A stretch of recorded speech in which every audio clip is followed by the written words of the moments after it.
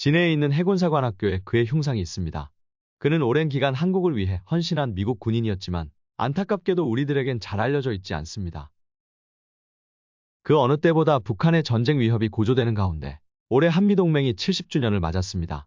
1953년 10월 1일에 한국과 미국 간에 조인된 한미상호 방위조약은 한국이 외국과 맺은 최초이자 유일한 동맹조약입니다. 이 조약이 체결되는 출발점에 가장 큰 기여를 했던 사람이 있었는데요. 그의 이름은 알레이 버크입니다.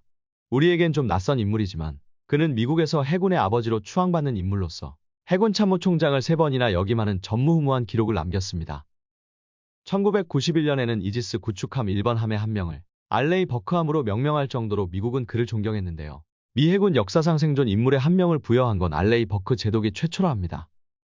근데요, 신기하게도 그의 흉상이 한국에 남아 있습니다.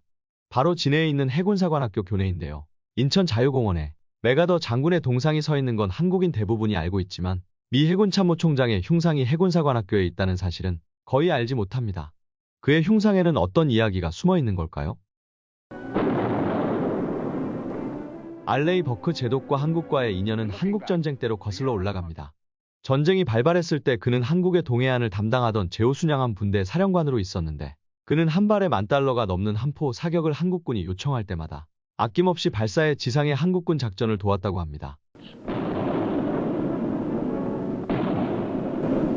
당시에 $10,000면 미국에서 고급 승용차 한 대를 살 수 있었다네요.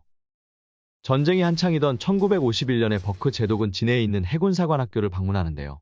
학교 도서관을 둘러보다가 서가에 책이 없는 걸 안타까워하면서 미국 해군사관학교에서 발행하는 프로시딩서에 기고문을 올리게 됩니다. 그의 호소를 접한 많은 군인들과 민간인들이 동참했는데 무려 2만 권이나 되는 도서가 모아졌고 그는 이 책들을 한국 해군사관학교에 기증함으로써 생도 교육에 크게 기여하게 됩니다.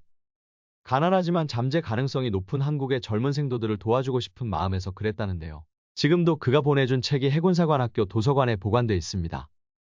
버크 제독은 한국전쟁 막바지에 이뤄진 정전협정에도 미국 측 대표로 참석했는데요. 그는 판문점 회담을 끝으로 한국을 떠나 워싱턴에 있는 해군본부에서 근무를 막 시작할 때 백선엽 장군이 특사 자격으로 미국을 방문하게 됩니다.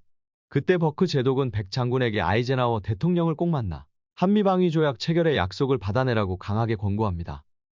그리고 대통령과의 만남을 직접 나서서 주선하고 한미방위조약과 관련한 회의에도 배석하면서 조약 체결을 도왔습니다. 그게 다가 아닙니다. 그는 한국 해군의 현대화에도 크게 기여했습니다. 버크는 1955년부터 61년까지 6년간이나 해군 참모총장에 재직했는데요. 여러 동맹국의 미국 함정이 미리 배치돼 있다면 유사시에 작전을 용이하게 할 수 있을 거라고 생각했습니다. 그리고 그 첫 번째 대상 국가로 한국을 선택하게 됩니다. 그는 미국이 갖고 있던 함정을 무려 32척이나 대여하는 형식으로 한국 해군에 보내는 결단력을 발휘했는데요. 한국은 미 해군으로부터 대여받은 함정으로 현대화 작업을 착실히 진행시켜 선진 해군으로 발돋움하게 됩니다.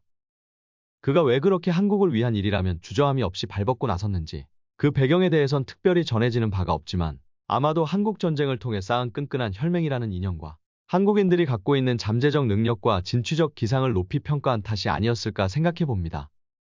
버크 제독은 재직 당시에 2번 그리고 전역한 이후에도 2번이나 해군사관학교를 방문할 만큼 그의 한국사랑은 오래 지속됐는데요. 그런 인연으로 2012년 알레이 버크 제독의 흉상 제막식이 해군사관학교에서 거행된 겁니다.